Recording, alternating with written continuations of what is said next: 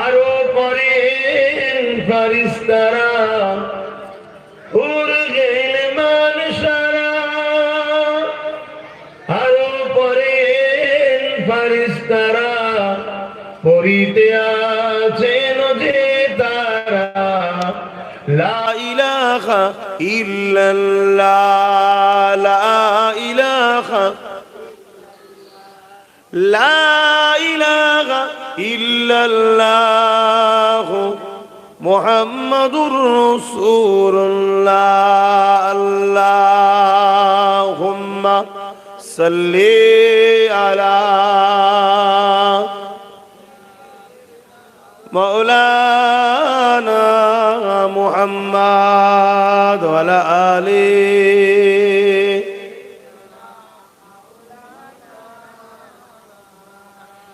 وقال الله تعالى في كلام المجيد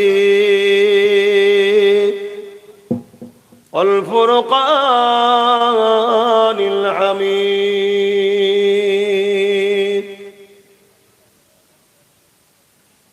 قد جاءكم من الله نور وكتاب مبين.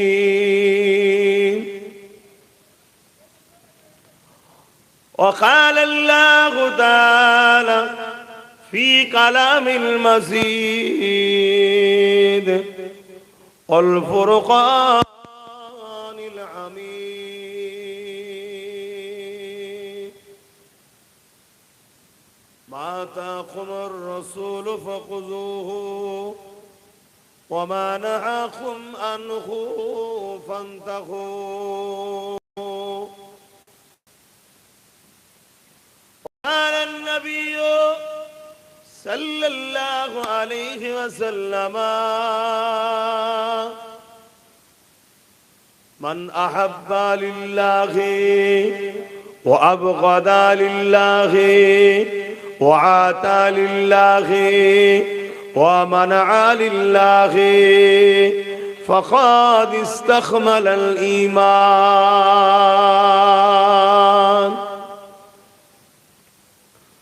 আলহামদুলিল্লাহ। উপস্থিত হাজিরানে মজলিস, আমার আব্বা জানেরা, আমার নওজোয়ান তরুণেরা, যুবকেরা, ছোট ছোট বাচ্চারা, উলামা হযরত, হাফেজে কোরআন, নামাজি, মুত্তাকি, পরহেজগার, ইমাম সাহেবগণেরা, দূর দূরান্তে অবস্থিতা আমাদেরই সকলের মা ও বোনেরা, আজ আল্লাহ পাকের রহমত, এই শীতের সময়ে বেশিরভাগটাই তো খোলা আকাশ, এরপরও আল্লাহ আমাদের বেশ কিছু মানুষকে দুনিয়ার অন্য সমস্ত মানুষদের থেকে দূরে রেখে এমন একটা জায়গায় আল্লাহ বসার তৌফিক দিয়েছেন, যে জায়গায় বসার দরুন আল্লাহ আমাদের ছোট ছোট গুনাহকে মাফ করে দিয়ে থাকেন। জোরে বলুন সুবহানাল্লাহ। এটা এমন একটা জায়গা, যে জায়গায় বসলে আল্লাহ খুশি হয়। আল্লাহ সেই জায়গাতে আমাদের বসার তৌফিক দিয়েছেন, তাই সকলে শুকরিয়া আদায় করে বলি আলহামদুলিল্লাহ। কি হলো আজ এই দুনিয়াতে? অনেক মানুষ বিভিন্ন কষ্ট, বিভিন্ন ফিতনা, পাপাচার, বিভিন্ন কাজে জর্জরিত হয়ে আছে। সব কিছু থেকে আল্লাহ দূরে সরিয়ে রেখে আল্লাহ আমাদেরকে এই জান্নাতের বাগানে বসতে দিয়েছে, এতে আমরা খুশি নয়? আপনারা মনে করছেন নাকি আপনারা আপনাদের মতো এসেছেন? আপনাদের কপালে আল্লাহ রেখেছে এতে বসা, এতে কি আপনারা খুশি নয়? তাহলে বলুন আলহামদুলিল্লাহ। আরো শুকরিয়া করি, আদায় করি সেই রাব্বুল আলামিন আল্লাহ, যিনি আমাদেরকে দ্বীন ইসলামের অনুসারী করেছেন, যিনি আমাদেরকে কোরআনের অনুসারী করেছেন, যিনি আমাদেরকে নূর নবী, দয়ার নবী হাবিবুল্লাহ জনাবে মুহাম্মদ রাসূলুল্লাহ সাল্লাল্লাহু আলাইহি ওয়াসাল্লাম আল্লাহ উম্মতি করেছেন। তাই সকলে শুকরিয়া আদায় করে বলি আলহামদুলিল্লাহ। আমার আব্বা, আমার মায়ের, আমার ভাইয়েরা, বোনেরা, জলসা মাহফিল আল্লাহ করে অনেক হচ্ছে। হাওয়াটা খারাপ নয়, ভালো। কমসে কম কিছু সময়ও আমরা বসে দরুদ পড়লাম, কলেমা পড়লাম, কিছু দিনের কথা শুনবো, ভালো জিনিস। কিন্তু মনে রাখতে হবে, ভালো যেমন হচ্ছে এটাকে সামনে রেখে এমন কিছু অন্যায় কাজ যেন আমরা করে না ফেলি যেটা ইসলাম বিদ্বেষী, ইসলামের বিরুদ্ধে। তাহলে কিন্তু এটা আমাদের জন্য অনেক বড় ভয়ানক বিপদ ডেকে আনবে। কেননা আমরা বড় সহজে ইসলামকে পেয়েছি, তাই আমাদের ইসলামের উপরে গুরুত্ব কম। এই সামনে দিয়ে যাতায়াত করছো কেন? সামনে দিয়ে কেউ যাতায়াত করবে না। আমাদের ইসলামের উপরে গুরুত্ব বড় কম, কেন আমরা সহজে পেয়েছি।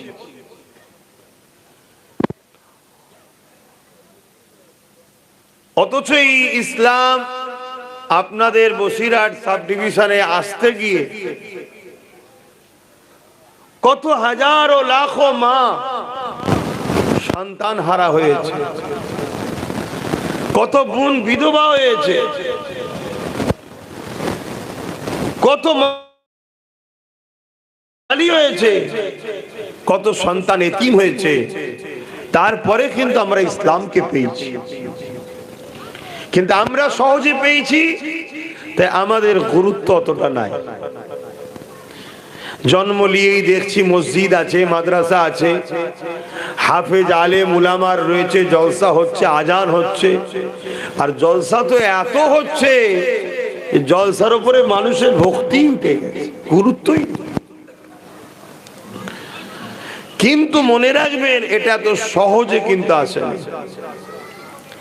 ইতিহাস বলছে যুগে যুগে একদল অশুভ শক্তি যেমন নতুন করে আজকে মাথাচাড়া দিয়েছে, চারিদিকে মুসলমানদেরকে গণহত্যা করছে, মসজিদ ভাঙছে, মাদ্রাসা ভাঙছে, ইসলামের উপরে জুলুম করছে, ইসলামকে মিটিয়ে দিতে চাইছে। সেদিন তো মসজিদ ছিল না, হতেও দেয়নি। সেদিন কলমা পড়লে তাদেরকে রড গরম করে মুখে ছ্যাঁকা দেওয়া হতো। সেদিন মুসলমানদের ঘরে নিয়ে গিয়ে বড় বড় শাসকরা চুলির ওপরে চাপিয়ে দিয়ে তাদেরকে হত্যা করত। কত জুলুম করেছে, তারপরে ইসলাম এসেছে। আল্লাহ নবী, নূর নবী, দয়া নবী হাবিবুল্লাহর উপরেও অনেক কষ্ট হয়েছে, অনেক জুলুম হয়েছে। ঈসা আলাইহিস সালাম চলে যাবার পর এই মানুষেরা এক আল্লাহকে ভুলে গেল। জমিনের উপরে ফিতনা, ফাসাদ, খুন খারাবি, দাঙ্গা, লুট, এমনকি কন্যা সন্তান হলে নিজের বাপেরাই জেন্ত জেন্ত পুঁতে দিত। জমিনে ধনীরা গরিবদের গলাতে বেড়ি পরিয়ে, কোমরে বেল দিয়ে, দড়ি দিয়ে, রশি দিয়ে বেঁধে তাদেরকে বাজারে তুলে নিলামে বিক্রি করত। বড় বড় অর্থশালীরা এসে তাদেরকে খরিদ করে নিয়ে গিয়ে তাদের দ্বারা অমানবিক অত্যাচার করিয়ে কাজ কাম করত তাদের দিয়ে। এবং কি হচ্ছে, এবং গরিবের ঘরে, নারীদের ঘরে বাজারে নিলামে তোলা হতো। ধনীরা খরিদ করে নিয়ে যেতে তাদের দেহকে শোষণ করত, পরবর্তী তাদেরকে হত্যা করে দিত। মা বাপের কোনো সম্মান মর্যাদা ছিল না, গরিবকে মানুষ বলে মনে করা হতো না। এই পৃথিবী এত জঘন্য হয়ে গিয়েছিল। আল্লাহ রসুল অনেক কষ্ট করে এই পৃথিবীতে মানুষের অধিকার দিয়েছে, বিধবার মর্যাদা দিয়েছে, এতিমের অধিকার দিয়েছে, বাপ মার মর্যাদা দিয়েছে, গরিবদের ঘরে বাঁচার স্বাধীনতা দিয়েছে। কিন্তু আবার নতুন করে আমরা ইসলাম থেকে দূরে সরে যাওয়ার দরুন আবার আস্তে আস্তে দুনিয়ায় ফিতনা পাপ বাড়ছে, আবার বাড়ছে। এই রিসেন্ট একটা সোশ্যাল মিডিয়া দেখছিলাম, কোন একটা জায়গায় একদম সম্ভ্রান্তরা আইন করছে, নিচু জাতের মানুষরা কখনো উঁচু জাতের মানুষদের বিবাহতে যেতে পারবে না, কখনো ভালো মন্দ খেতে পারবে না, নিচু জাতের মেয়েরা বুকে কাপড় ঢাকতে পারবে না। আবার সেই জাহিলিয়া শুরু হচ্ছে। আগামী দিন তোমাদের সাথেও এটা ঘটবে। কেন? এর কর্মের ফল আমরা নিজেরা ভোগ করব। কেন? আমরা নিজেরা দোষী। আমরা ইসলামকে বড় সহজে পেয়ে গুরুত্ব দিইনি। আমরা মনে করি যে ইসলাম মানে দাড়ি টুপি, নামাজ, রোজা, মসজিদ, মাদ্রাসা। আরে বন্ধু, ওটা শুধু ইসলাম তা নয়। ইসলাম অন্যায়কে মিটানো, জুলুমকে মিটানো, অত্যাচারকে খতম করা, দুর্নীতি মুক্ত সমাজ গড়া, নেশা মুক্ত সমাজ গড়া, রেপ মুক্ত সমাজ গড়া, অত্যাচার মুক্ত সমাজ গড়া, নেশা মুক্ত সমাজ গড়া, ফিতনা মুক্ত সমাজ গড়া, সন্ত্রাস জঙ্গিবাদকে মিটিয়ে দেওয়া, জুলুমকে মিটিয়ে দেওয়া, গরিবের পক্ষে থাকা, অসহায়ের পক্ষে থাকা, এইটাও তো ইসলাম। জোরে বলুন সুবহানাল্লাহ। কিন্তু যারা ইসলামের মাননেওয়ালা, আমরা যারা ইসলামের অনুসারী দাবিদার, আমরাই তো ইসলাম বুঝি না, আমরাই তো ইসলাম জানি না। তাহলে এই সুযোগে এই পৃথিবীতে একদল মানবরূপী পশু আছে যারা যুগে যুগে ক্ষমতার জোরে মানুষের প্রভু হওয়ার স্বপ্ন দেখেছিল, তারা আবার নতুন করে মাথা চাড়া দিচ্ছে। কার কি আছে? ভোগান্তি তোমাকে আমাকে ভোগ করতে হবে। আখেরাতেও তো নাজাত নাই, দুনিয়াতেও জ্বলে জ্বলে জ্বলে জ্বলে মরতে হবে ইসলামের সঙ্গে সম্পর্ক ঠিকভাবে না থাকার দরুন। আল্লাহ পাক কোরআনের মধ্যে বলছেন, কুনতুম খায়রা উম্মাতিন উখরিজাত লিন-নাসি তা'মুরুনা বিল মা'রুফ ওয়া তানহাউনা আনিল মুনকার। আল্লাহ আমাদেরকে দুটো কাজ দিয়েছে, অন্যায়কে মিটিয়ে দাও, ন্যায়কে প্রতিষ্ঠিত করো। এই দুটো কাজ যে করবে আল্লাহ তাদের জন্যই তো জান্নাতে রেখেছে। দুটো কাজ, একটা নয়। শুধু নামাজ রোজা দাড়ি টুপি রাখবো জান্নাত যাবে আশা করে লাভ নাই। দুটো কাজ, যেমন নামাজ রোজা দাড়ি টুপি, হালাল খাওয়া, হালাল ইনকাম করা, জুলুম না করা যেমন একটা ভালো কাজ, অপর দিকে অন্যায় জুলুম দেখলে তাকে মিটিয়ে দিতে হবে, এর জন্য লড়াই করতে হবে। এই লড়াই যদি যুদ্ধতেও রূপ নেয়, এই যুদ্ধতেও তোমাকে অংশগ্রহণ করতে হবে, নিজের জানকে বাজি লাগিয়ে, তবেই তো তোমার জন্য জান্নাত। তুমি ভাবছো ও যে যা পারছে করুক গে যা, বাবা আমি তো খারাপ কাজ করি না, আমি কেন দেখতে যাব না? আল্লাহ তোমায় কাজ দিয়েছে অন্যায়কে রুকা, এই জুলুমকে বন্ধ করা। আজ নারীরা অসহায়, পুরো দুনিয়া জুড়ে নারীদের উপরে নতুন করে জুলুম শুরু হয়েছে। আমার দেশে, আমার রাজ্যতেও শুরু হয়েছে। এই জুলুমকে বন্ধ করা এটাও তোমার আমার ডিউটি। যেমন নামাজ পড়া ডিউটি, এটাও তেমন তোমার আমার ডিউটি। এই ডিউটি যদি আমরা না পালন করি, একটা হুকুম মেনেছি আর একটা হুকুম মানিনি, যেটা মেনেছো ভালো কাজ করেছো, আর যেটা মানোনি সেটা অন্যায় করেছো, তার জন্য জাহান্নামে যেতে হবে। শুনছেন তো? আল্লাহ নবী, নূহ নবী, দয়া নবী এই জমিনের উপরে অন্যায় বিরুদ্ধে লড়েছে।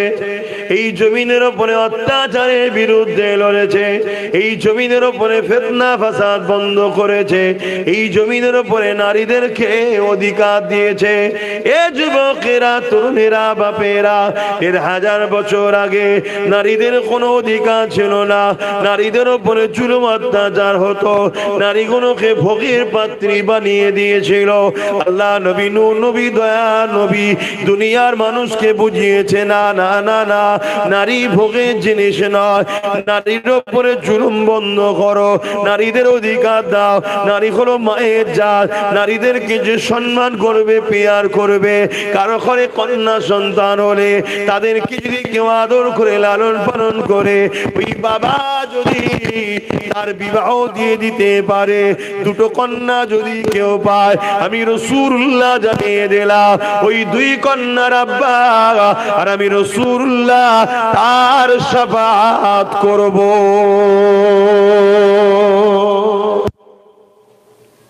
আবার নতুন করে সেই একদল মানুষ নারীদেরকে পরে জুলুম, নারীদেরকে খেলনা ভোগের জিনিস বানাচ্ছে।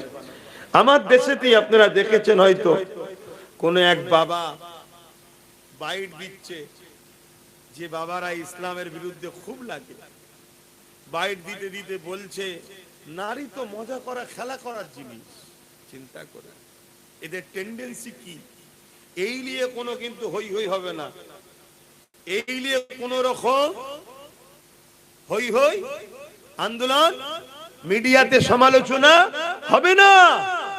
কিন্তু মুসলমান ঘরে জন্ম লিয়া হয়তো ভেতরে ভেতরে সেই ইসলাম ছেড়ে দিয়ে বেঈমান কাফের হয়ে গেছে, বা আমাদের ঘরের কলঙ্কিত সন্তান, অবৈধ সন্তান, হয়তো এমন কেউ হয়তো এমন কিছু একটা কথা বলবে যেটা ইসলাম অ্যাকসেপ্ট করে না, সেটা নিয়ে কিন্তু মিডিয়া জুড়ে কয়েক সপ্তাহ ধরে হই হই হই হবে।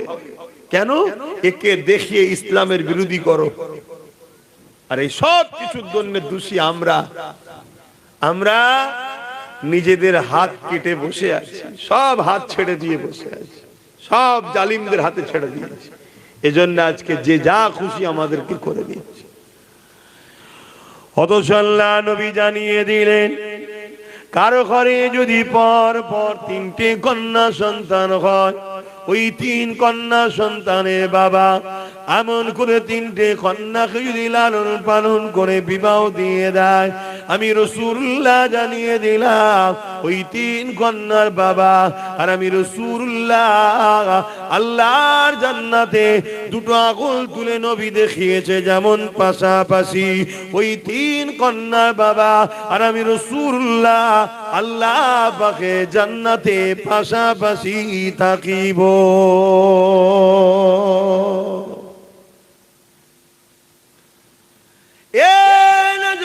তরুণেরা, আল্লাহ পাক তোমার আমার কাছে কিয়ামতের দিন জবাব নেবে।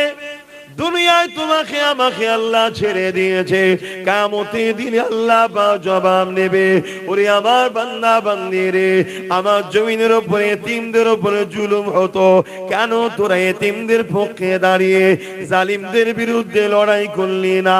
কেন জালিমদের বিরুদ্ধে এতিমদের পক্ষে দাঁড়িয়ে লড়াই করলি না? ওই সময় তুমি আমি কি জবাবটা দেবো ভাবো। এখন কারো মাথায় যদি দাঁড়ায় এতিমের পক্ষে দাঁড়ালে জালিমরা আমাদেরকে কেস দেবে, এতিমের পক্ষে দাঁড়ালে জালিমরা আমাদের ঘর ভাঙবে, এতিমদের পক্ষে দাঁড়ালে জালিমরা আমাদের কাজ বন্ধ করে দেবে। এ যুবকেরা, তরুণেরা, তোমার কাছে যদি জেলটা আগে হয় আল্লাহর প্রেমের থেকে, তাহলে তুমি ঠিক কাজ করছো। পরকালে জাহান্নামে যাবার জন্য তুমি তৈরি হও। যদি বলো পরকালে জাহান্নামে যাব না, তাহলে দুনিয়ার জেলের ভয় করলে হবে না। কেন? আল্লাহ তোমাকে পরীক্ষা তো নেবে নেবে নেবে। তুমি আল্লাহর প্রেমের জন্য, আল্লাহকে রাজি করার জন্য, আল্লাহর সৃষ্টি বান্দা, আল্লাহ সৃষ্টি বান্দীদের উপরে যখন জুলুম হবে, তুমি তাদের পাশে কেন দাঁড়াবে না? আমার রাসূলুল্লাহ জানিয়ে দিলে, আমার উম্মত উম্মতি জান্নাতীরা আল্লাহ পাকে যদি দয়া পেতে চাও তাহলে তোমরা আল্লাহর সৃষ্টির উপরে দয়া দেখা।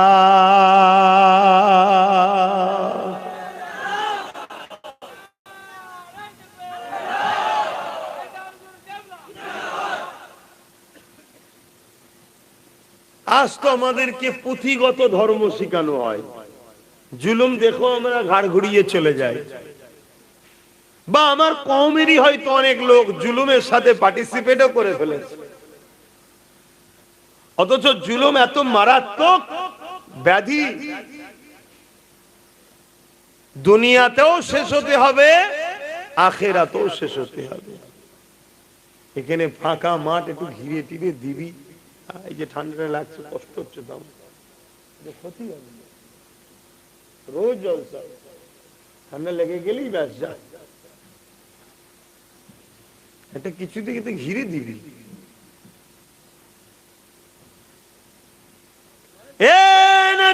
তরুণেরা, আল্লাহ কিন্তু দুনিয়ায় ছাড় দিয়েছে, আখিরাতের জমিনে ধরা পড়বেন। আর আমার বাপজান গুলো, মা জান গুলোকে বলে দিয়ে যায়, কিয়ামতের দিন অনেক বাপ নিজে ভালো কাজ করার জন্য আল্লাহ পাকের কাছে যখন হিসাবটা দেবে, ওই সময় দেখা যাবে নিজে সব হিসাবে পাস হয়ে গেছে, কিন্তু যখনই ছেলের হিসাব নেওয়া হবে ওই বাপ তখন আবার ধরা পড়ে যাবে। ওই সময় বাপ বলতে লাগবে, ও রব্বি আল্লাহ, ওটা ছেলের কাছে জিজ্ঞাসা করে। আমার আল্লাহ বলবে, না রে বান্দা, তোকে তো ছেলের গার্জেন করেছিলাম, অভিভাবক করেছিলাম, তোর ছেলের জন্য তোকে জবাবটা দিতে হবে। কিয়ামতের দিন অনেক বাপ নিজের কর্ম ভালো হওয়ার পরও ছেলের কর্ম খারাপ হওয়ার দরুন ওই ছেলের সাথে বাপকেও জাহান্নামে যেতে হবে। শুনছেন তো? এটা ইসলাম। আজকে আমাদের মধ্যে একটা প্রবাদ বাক্য আছে, কথাটা সত্য, যে বাপকে পুত্র সন্তানের থেকে কন্যা সন্তানরা বেশি ভালোবাসে। এই কথাটা সত্য, তাই তো নাকি?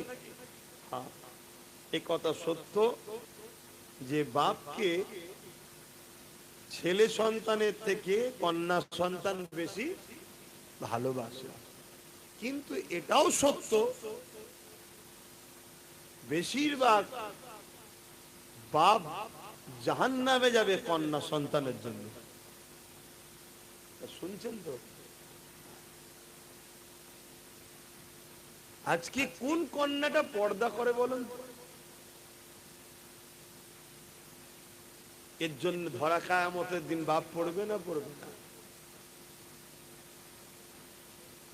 একদিকে যেমন সত্য কথা, বাপকে কন্যা ভালোবাসে, আর প্রকৃত যদি ভালোবাসতো তাহলে কন্যা চাইতো আমার বাপ সে কাজ করব না যে কাজ করলে আমার বাপ জাহান্নামে যাবে। এটা হলো প্রকৃত ভালোবাসা। এই নওজোয়ান তরুণেরা, আল্লাহকে ভয় করেন, রাসূলুল্লাহকে মুহাব্বত করেন, ভালোবাসেন। আল্লাহ নবী তোমার আমার কাছে কোরআন সুন্নাহকে রেখে দিয়ে গেছে, আহলে বায়াতদেরকে রেখে দিয়ে গেছে। এই তিনটেকে মুহাব্বত করে ধরা, এই তিনটের হেফাজতের জন্য চেষ্টা করা, এটা তো উম্মতে মুহাম্মাদি তোমার আমার দায়িত্ব রয়েছে। তাতে জান লাগলে জান দিয়ে কোরআন সুন্নাহ আহলে বায়াতদের পক্ষে দাঁড়াতে হবে, মাল লাগলে মাল দিয়ে কোরআন সুন্নাহ আহলে রাসূলদের পাশে দাঁড়াতে হবে, দাঁড়িয়ে তাদের পক্ষে হয়ে লড়াইটা করতে হবে। এটাই তো তোমার আমার ইমানি দায়িত্ব। তবেই তো রাসূলুল্লাহর প্রকৃত মুহাব্বত দাবিদার হলে। কেন আল্লাহ নবী বিদায়ের সময় জানিয়ে দিয়ে গেছে, আমার উম্মত উম্মতিরা, আমি রাসূলুল্লাহ তোমাদের কাছে রেখে গেলাম কোরআন সুন্নাহ এবং কোরআন হাদিস এবং আহলে বায়াতদেরকে রেখে গেলাম। এই তিনটেকে মজবুত করে ধরবে, এই তিনটেকে মহাব্বত করবে, পেয়ার করবে। আমি রাসূলুল্লাহ জানিয়ে দিই, দুনিয়ায় তোমাদের কোনো অসুবিধা হবে না, আখিরাতেও তোমাদের কোনো চিন্তা থাকবে না। আজ আমরা কোরআন ছেড়ে দিয়েছে, রাসূলুল্লাহ সুন্নাহ ছেড়ে দিয়েছে, আহলে রাসূলের নেতৃত্ব ছেড়ে দিয়েছে। এই জন্য তো আজ আমরা দুনিয়াতেও লাঞ্ছিত হচ্ছি, পরকালে আরো ভয়ানক লাঞ্ছনা আমাদের জন্য অপেক্ষা করছে। এই যুবকেরা, কিয়ামতটা এত কঠিন হবে। আল্লাহ নবী জানিয়ে দিলে কিয়ামতের দিনে এমন বাপ পাওয়া যাবে, নিজের ছেলেকে জমিনে শুইয়ে দিয়ে তার বুকের উপরে পা দিয়ে দাঁড়িয়ে যাবে। কিয়ামতের দিনে এমন মেয়ে পাওয়া যাবে, নিজের মাকে জমিনে শুইয়ে দিয়ে তার বুকের উপরে পা দিয়ে দাঁড়িয়ে যাবে। কিয়ামতের দিনে এমন ছেলে পাওয়া যাবে, নিজের বাপকে জমিনে শুইয়ে দিয়ে তার বুকের উপরে পা দিয়ে দাঁড়িয়ে যাবে। এক কথায়, যার উপরে যার জোর চলবে তাকে জমিনে শুইয়ে দিয়ে তার বুকের উপরে পা দিয়ে দাঁড়িয়ে যাবে। সাহাবা হুজুররা বলতে লাগলেন, ইয়া রাসূলুল্লাহ, হাবিবাল্লাহ, এই রকম দৃশ্য কেন হবে? আল্লাহ নবী সাহাবাদেরকে জানিয়ে দিলে, এ বাবা সাহাবারা, দুনিয়া জমিনে কোন লোহা যখন আগুনে দেয়, ওই আগুনের তাপে লোহাটা পুড়তে পুড়তে লাল হয়ে যায়। ঠিক তাই রকম জমিনটা সূর্যের তাপে তাপে, সূর্য মাথার এক বেগ দেখতে লেখাত উপরে আল্লাহ নামিয়ে দেবে। এই সূর্যের তাপেতে জমিনটা পুরে পুরে লাল হয়ে যাবে, ওই জমিনের উপরে কেউ দাঁড়াতে পারবে না। শুনছো যুবক? যাও না একটু মেলায় যে ভিড় কর, অসুবিধে নেই আমার। যে কোনো ভিড় করছে, আমার অসুবিধা হচ্ছে কিছু? আমার কি অসুবিধা আছে? কিন্তু কিয়ামতের দিন আল্লাহ যদি জিজ্ঞেস করে যে আমার আতা হচ্ছিল, আমার হাবিবের কথা হচ্ছিল, না শুনে তোরা কি করছিলিস? অন্য একটা জায়গা হয় আলাদা কথা, এখানে আলোচনা হচ্ছে তাকেও তোরা পিছন ফিরিয়ে চলে গেছিস, জবাব দিতে হবে না? ধুলোবালিতে বসতে কষ্ট হচ্ছে, বর্ষায় মারা গেলে লাশ রেখে দেয় নাকি? পানি কমলে না দেবে? না কবরে মার্বেল দেয়? ওখানেও তো জান ফিরিয়ে দেওয়া হবে। সবকিছুটা ভক্তি আর প্রেমের ব্যাপার। তোমরা বসে আছো কেন? এই জন জন ছেলে বসে আছে, মাথায় টুপি নেই, মুখে দাড়ি নেই, প্যান্ট শার্ট পরা, বসে আছে না? নাই কেন বসে আছে? এদের এই গুণ যেমন খারাপ আছে, কিন্তু একটা ভালো গুণ আছে।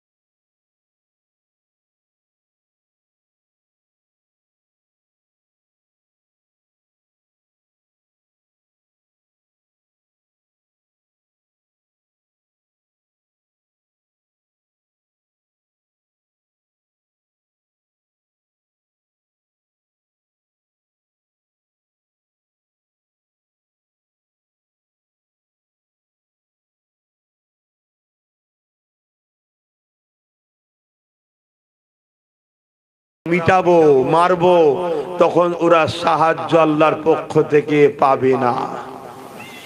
আর যদি আল্লাহ রসুলের সঙ্গে থাকে তাহলে বদরে 313 জন তো কি হয়েছে, বিজয় আমাদেরই হয়েছিল, আল্লাহর সাহায্য আমরাই পেয়েছিলাম। জোরে বলুন সুবহানাল্লাহ। বোঝো, আমরা তোমাদেরকে নিয়ে এসে বুঝায় চেষ্টা করি, জোর করি নাকি মানতে না, চেষ্টা করি। ভালো লাগলে মেনে নেবে, কামিয়াবি হয়ে যাবে, আর না হয় ঠকতে হবে, ভুগতে হবে। আল্লাহ নবী আরো জানান, কিয়ামতের দিনে এমন মানুষ পাওয়া যাবে যাদের মাথার ঘিনুগুলো গলে গলে নাক দিয়ে ঝরে ঝরে পড়বে, কিন্তু মৃত্যু হবে না, জান বেরিয়ে যাবে না। ওই কিয়ামতের দিনেতে আল্লাহ তোমার আমার থেকে হিসাবটা নেবে। এ আমার বান্দা বান্দিরে, আমি আল্লাহ ধন দৌলত দিয়েছিলাম, আমার দিয়া ধন দৌলত তোরা কোন রাস্তায় লাগিয়েছি বল? আমি আল্লাহ তোদেরকে তাকত দিয়েছিলাম, ক্ষমতা দিয়েছিলাম, এই তাকত ক্ষমতাকে কোন রাস্তায় ব্যয় করেছি বল? ওরে আমার বান্দা বান্দিরে, আমার মসজিদের উপরে জালিমরা জুলুম করেছিল, তোরা কি করেছি বল? আমার নবীর ঘর মাদ্রাসার উপরে জালিমরা জুলুম করেছে, তোরা কি করেছি বল? ওরে আমার বান্দা বান্দিরে, আমার দিনের উপরে সন্ত্রাসীরা বারবার আঘাত দিয়েছে, তার প্রতিরোধ তোরা কি করেছে বল? আমার বান্দা অসহায় গরিবদের উপরে যখন জালিম সন্ত্রাসীরা জুলুম করেছে, আমার অসহায় গরিব বান্দাদের পাশে তোরা দাঁড়িয়েছিলিস কি বল? মনে রাখবে, কিয়ামতের দিনে একটা বান্দাকে আল্লাহ উঠাবে, উঠিয়ে বলবে, বান্দারে আমাকে হিসাবটা দে। বান্দা বলতে লাগবে, আল্লাহ পাক, আমি দুনিয়া জমিনে অনেক অন্যায় করেছি, অনেক ভুল করেছি, অনেক গুনাহ করেছি, আল্লাহ আপনি আমার হিসাবটা নেবেন না, সবার সামনে আমাকে অপমান করবেন না, আপনি আমাকে গোপনে গোপনে জাহান্নামে দিয়ে দিন। আমার আল্লাহ পাক বলবে, বান্দারে লা তাখনাতু মির রাহমাতিল্লাহ, আমার রহমত থেকে নিরাশ হয়ে যাস না রে বান্দা, তোর আমল একবার দেখা। ওই বান্দার আমল নামা আল্লাহ পাক দেখবে গুনাহ গুনাহ গুনাহ গুনার পাপ ভর্তি রয়েছে, দেখতে দেখতে দেখা যাবে ওই বান্দার আমল নামাতে একটা মাত্র ভালো কাজ পাওয়া গেছে, যে কাজটা দেখে আমার আল্লাহ পাক বড় রাজি খুশি হয়ে যাবে। আমাদের তো মিশন একটাই, আল্লাহকে খুশি করা, রাজি করা। যদি কেউ রাজি খুশি করতে পারে ব্যাস, সে তো কেনা। যেমন এই যে মাহফিলে বসেছেন, আল্লাহ রাজি হচ্ছে না, হয় না এখন? হ্যাঁ, আল্লাহ নিজে বলে, রাসূল বলেছে মাহফিলে বসলে আল্লাহ খুশি হয়। এটা তো আমাদের কাজ, বান্দা হিসেবে এটা দায়িত্ব। আমরা দুনিয়া সবাইকে খুশি করছি, আর যে আমাদের বানিয়েছে যিনি, তিনাকে খুশি করব না?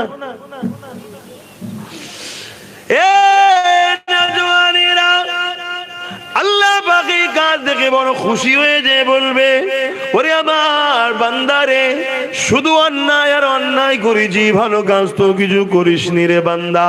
তবে বান্দা, তোর একটা ভালো কাজ আমি দেখেছি, যে কাজটা দেখে আমার বড় পছন্দ হয়েছে রে বান্দা। বান্দা রে, বল তুই কোথায় যাবি?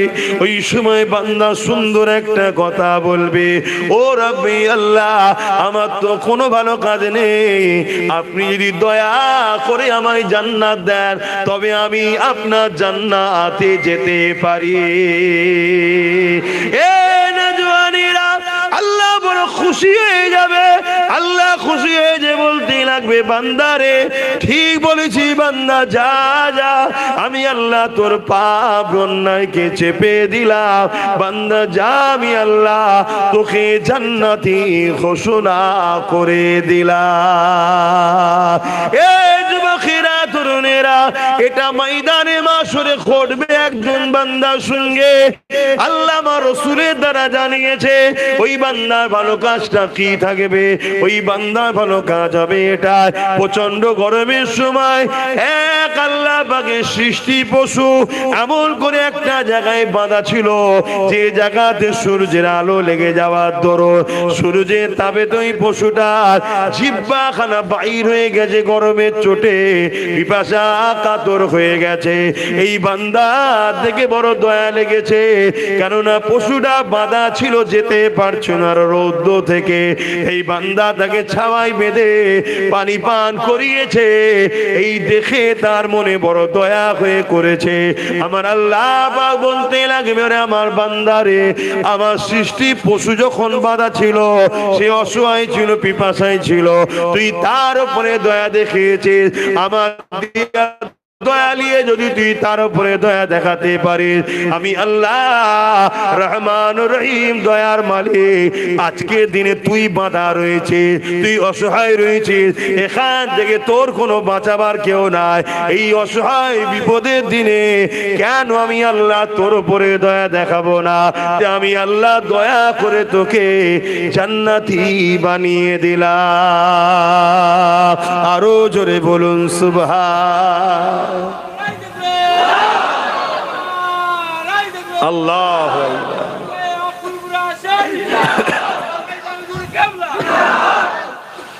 তাহলে আল্লাহ নবী কি বললেন? আল্লাহ যদি দয়া পেতে চাও, আল্লাহর সৃষ্টির উপরে দয়া দেখাও। এটা অবালা পশু, তার উপরে বান্দা দয়া দেখিয়েছে, আল্লাহ বড় খুশি হয়েছে। মানুষ হলো শ্রেষ্ঠ মখলুক আল্লাহর। কোন এতিমকে যদি দয়া দেখায়, আল্লাহ আমাদেরকে কিয়ামত দিন দয়া দেখাবে না? কিন্তু আমরা এতিমের উপরে দয়া দেখাই না, এতিমকে লুটা হয়। আমি লুটি না, কিন্তু কেউ লুটলে তার বিরোধিতা না করি, তার মানে সাপোর্টই তো করলাম। কি আমার কথায় হ্যাঁ কি না বলবেন? অন্যায় কেউ করছে দেখে আমি তাকে রুকিনি, তার মানে তার অন্যায়কে সাপোর্টই তো করলাম। বিধবার উপরে জুলুম হচ্ছে, বিধবাকে কেউ যদি মর্যাদা দেয়, বিধবাকে যদি বাঁচার ব্যবস্থা করে দেয়, এটা কি একটা অসহায়ের উপরে দয়া নয়? তা করা তো দূরের কথা, আজ বিধবাদের অধিকার হরণ হচ্ছে, তাদের উপরে জুলুম হচ্ছে। আমরা জুলুমকে প্রকাশ্য সাপোর্ট না করলেও, বিরোধী না করা তো প্রকৃত সাপোর্টই তো করা হলো। আল্লাহ কি এই কাজের জন্য আমাদেরকে পাঠাই না? যাও জুলুমকে রোকো, অন্যায়কে রোকো, এটাও তো আল্লাহর হুকুম। আমরা কি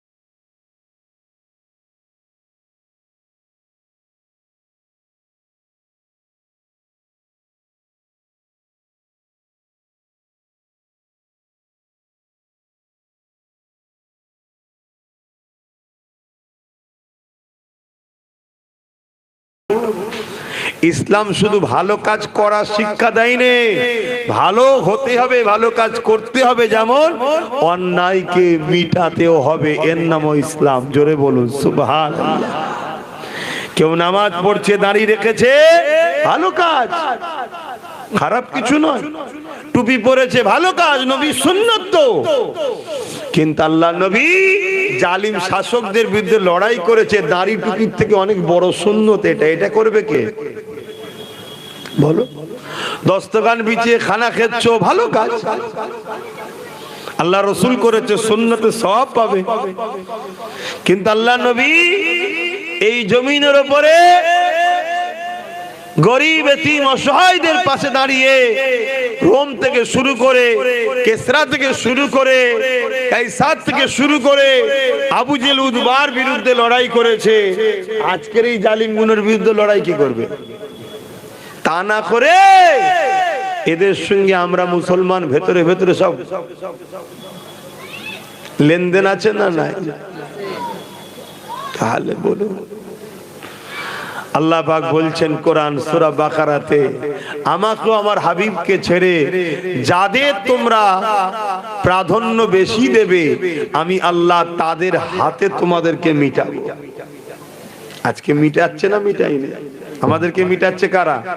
যাদের হয়ে একদিন আমরা বুথ দখল করেছি, যাদের হয়ে লড়াই করেছি, যাদের হয়ে মারপিট করেছি, যাদের হয়ে প্রচার করেছি, যাদের হয়ে অনেক কিছু আলোচনা করেছি, তারাই মিটাচ্ছে তো নাকি?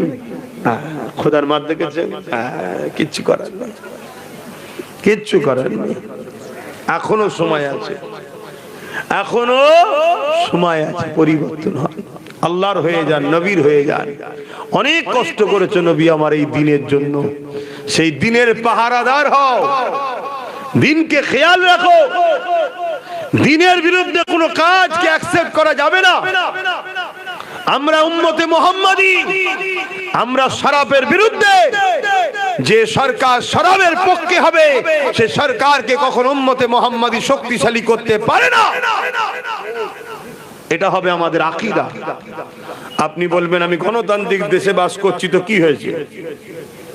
কে বলেছে শরাব আমার দেশের পক্ষে চলে? আমার দেশও তো শরাবের বিরুদ্ধে। আমরা উম্মতে মুহাম্মাদি, আমরা দুর্নীতির বিরুদ্ধে দাঁড়াবো।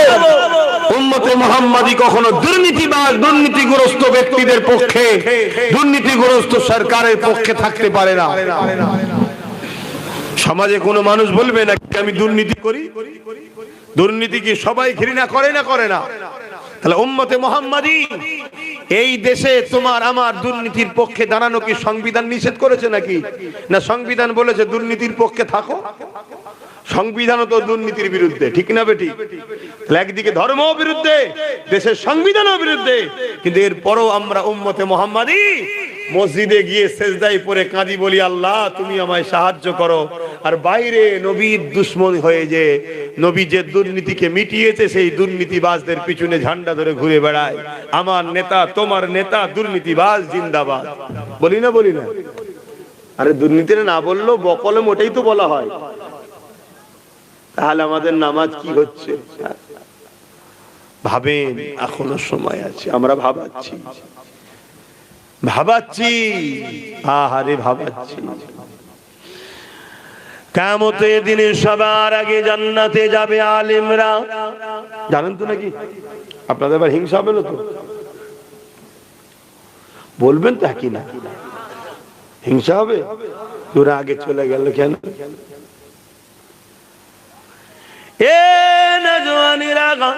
আবার কিয়ামতের দিন সবার প্রথম জাহান্নামে যাবে আলেমরা।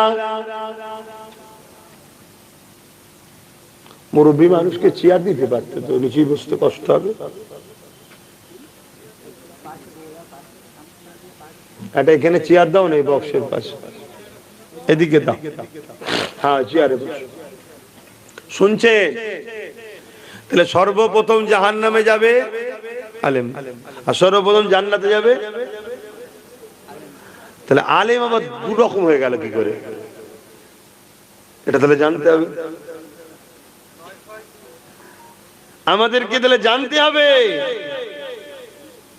ইলম দুজনের কাছেই আছে, কোরআনের জ্ঞান দুজনাই নিয়েছে, হাদিসের জ্ঞান দুজনাই নিয়েছে, শরিয়াতের জ্ঞান দুজনাই নিয়েছে।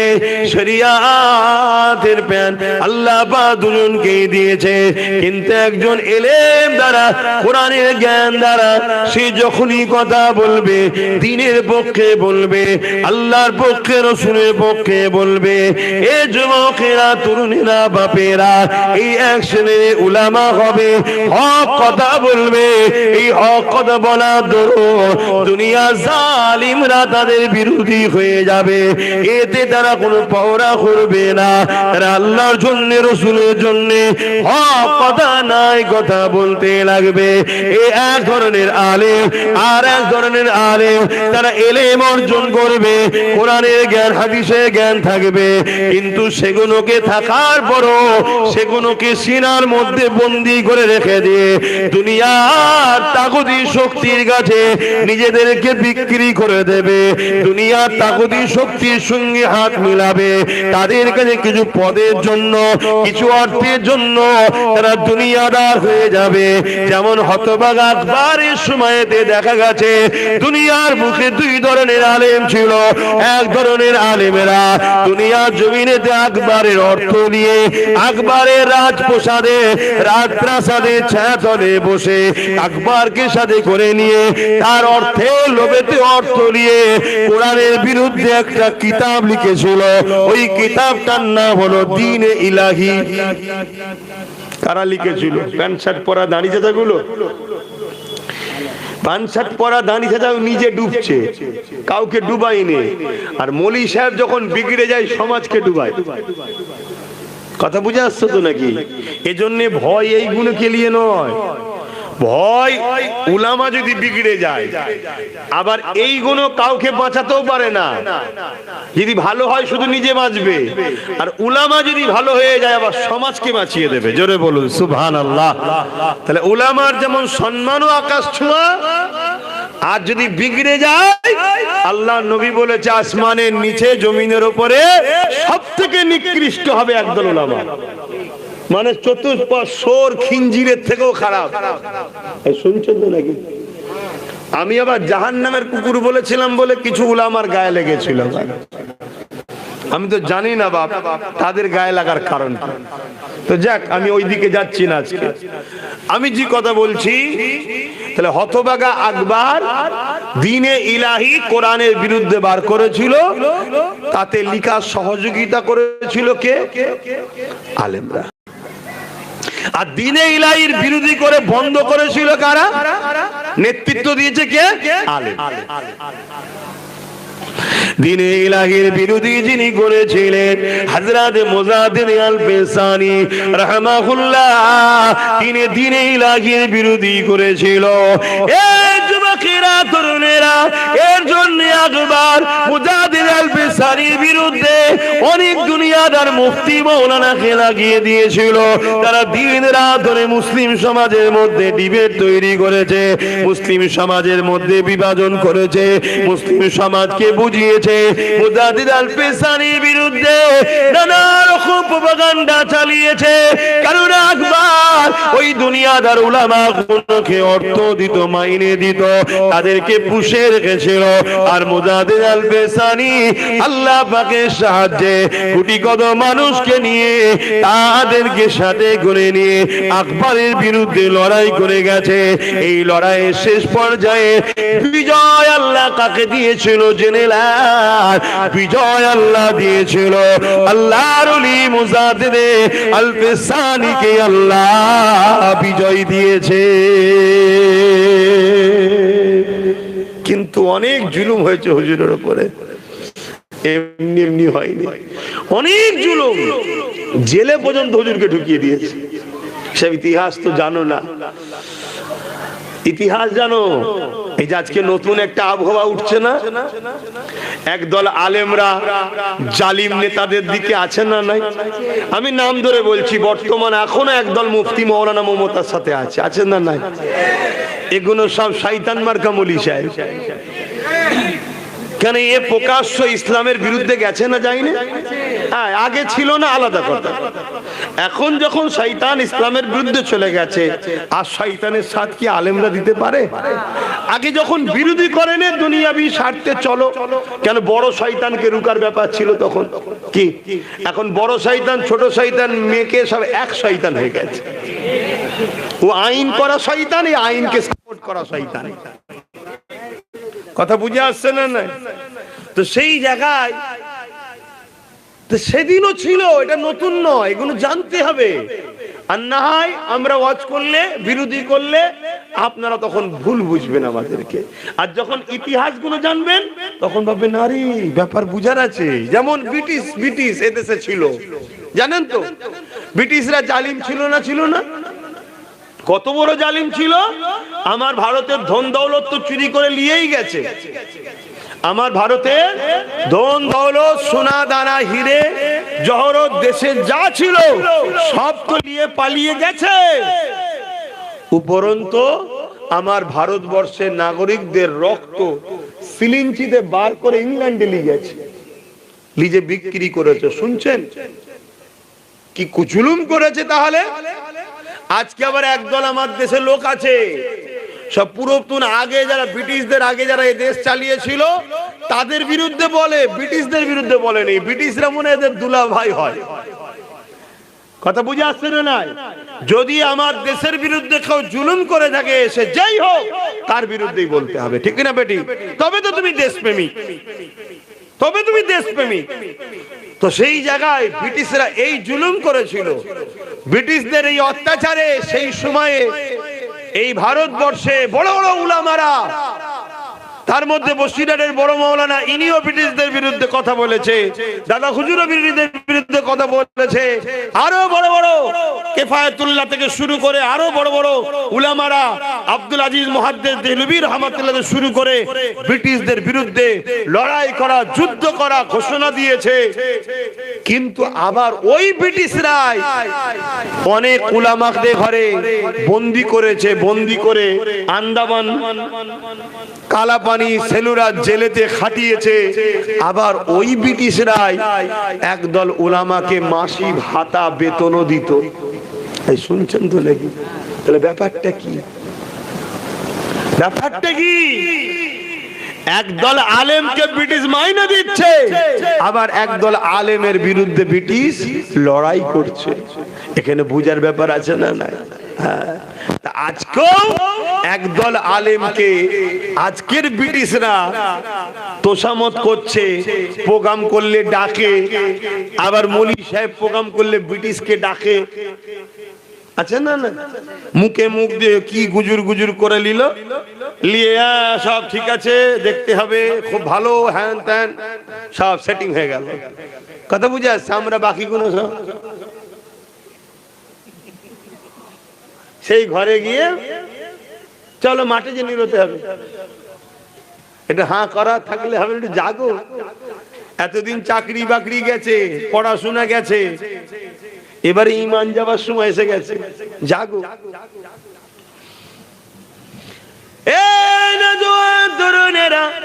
উলামা দুই ধরনের, এই জন্য আল্লাহ রসুল বলে দিলেন খায়রুল উলামা শাররুল উলামা। একটা মন্দ উলামার একটা ভালো উলামা। ভালো উলামা যারা হবে কিয়ামতের দিনে তাদেরকে আল্লাহ বেহিসাব জান্নাতি করে দেবে। শুধু তারা বেহিসাব জান্নাতে যাবে তা নয়, কিয়ামতের দিনে যখন আল্লাহ পাক হাক্কানি উলামা দিওকে জান্নাতি ঘোষণা করে দেবে, ওই সময় তারা যখন জান্নাতের দিকে যেতে লাগবে, ওই সময় একদল বান্দা বান্দিরা তাদেরকে দাঁড় করিয়ে দেবে। এ আল্লাহ পাকের উলামা বান্দারা কোথায় যাচ্ছে? না, আল্লাহ আমাদেরকে জান্নাতে যেতে বলেছে, আমরা জান্নাতে যেতে লেগেছি। ওই সময় ওই আল্লাহর বান্দা বান্দি গুলো বলতে লাগবে, কি রকম কথা আপনারা বলছেন? আমাদেরকে বাদ দিয়ে কেন জান্নাতে যাবে? আপনারা দুনিয়াতে ওয়াজ করতে আল্লাহ নবী বলেছিলেন আল মারউ মা মান আহাব্বা আব্বা দুনিয়ায় যে যাকে মহব্বত করে সে তার সঙ্গে জান্নাতে যাবে। দুনিয়া জমিনে আপনাদেরকে পেয়ার করেছি, আপনাদের মাহফিলে গেছি, আপনাদের ডাকে সাড়া দিয়েছি, আপনাদের হ্যাঁ হ্যাঁ বলেছি, আপনাদের নাই না বলেছে, আপনাদের জন্য লড়াই করেছে। এ আল্লাহ আলেম বান্দারে, আপনারা বলেছেন যে যাকে দুনিয়ায় ভালোবাসবে তার সঙ্গে জান্নাতে যাবে। আজ আপনারা জান্নাতে যাচ্ছে, আমাদেরকে বাদ দিয়ে কেন যাবে? আমাদেরকে তো সাথে নিয়ে যেতে হবে। ওই উলামা বান্দা কোন আল্লাহ পাকের কাছে আরজু করতে লাগবে, ও রব্বি আল্লাহ পাক, আপনার হাবিবের হাদিস আমরা শুনিয়েছি, বুখারীর মধ্যে রয়েছে। এক গ্রাম্য মানুষ রাসূলুল্লাহকে সে জিজ্ঞাসা করলো, ইয়া রাসূলুল্লাহ, হাবিবাল্লাহ, কিয়ামত কবে হবে? আল্লাহ নবী বলেছিলেন মাআদাত তালহা, এ বাবা ছেলে কিয়ামতের জন্য কি করেছো বাবা? ওই ছেলেটা বলতে লাগলো, ফাকামাদাতুল আকাসিরা সালাতি ওয়া সিয়ামি, ইয়া রাসূলুল্লাহ, হাবিবাল্লাহ, বেশি বেশি নামাজ রোজা করতে পারিনি, ফরজ ওয়াজিব সুন্নতে মুআক্কাদা দো করেছি, ইল্লা মিন নাফসি, ইয়া রাসূলুল্লাহ, হাবিবাল্লাহ, তবে আমি আমার জানের থেকে বেশি আমি আমার অন্তরে আমার কলবে আল্লাহ ও রাসূলকে মহব্বত করি।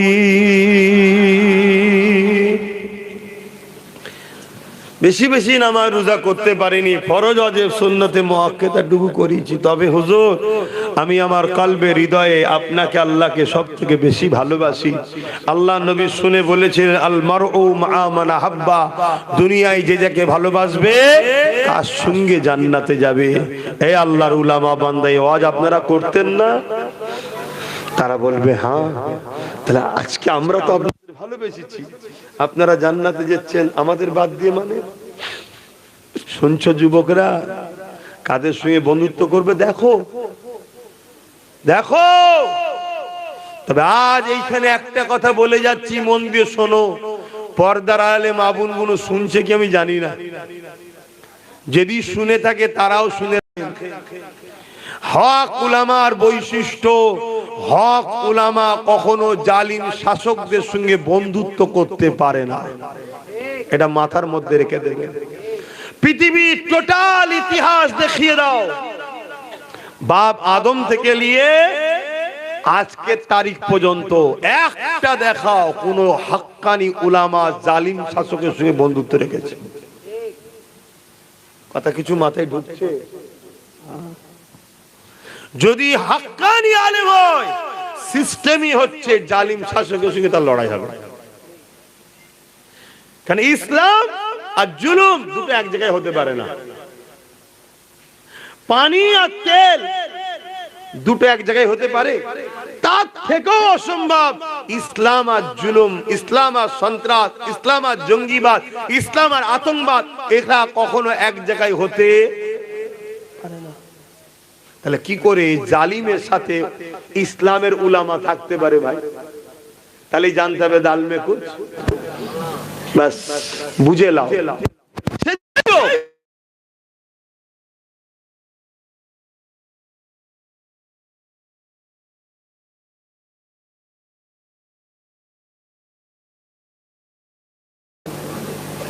সে যাই হোক, ভালো ঘরের ছেলে হোক আর খারাপ ঘরের ছেলে হোক, আমার দেখার দরকার নেই। আমি এতটুকু সাদা মাটা ভাষায় বুঝি, সাদা মাটা ভাষায় শরিয়াত বলে দিলাম। যদি দেখো জালিমের সঙ্গে আলেমের বন্ধুত্ব, তাহলে মনে রেখে দিও গেছে। যেমন কুকুর কোনদিন ঘাস পাতা বলবে তো, আর যদি খায়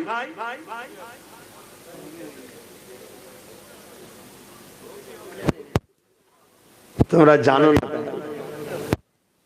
কুকুর যদি কোনদিন পাতা খায় ঘাস খায় জানবে ওর পেট খারাপ হয়েছে তাই খাচ্ছে।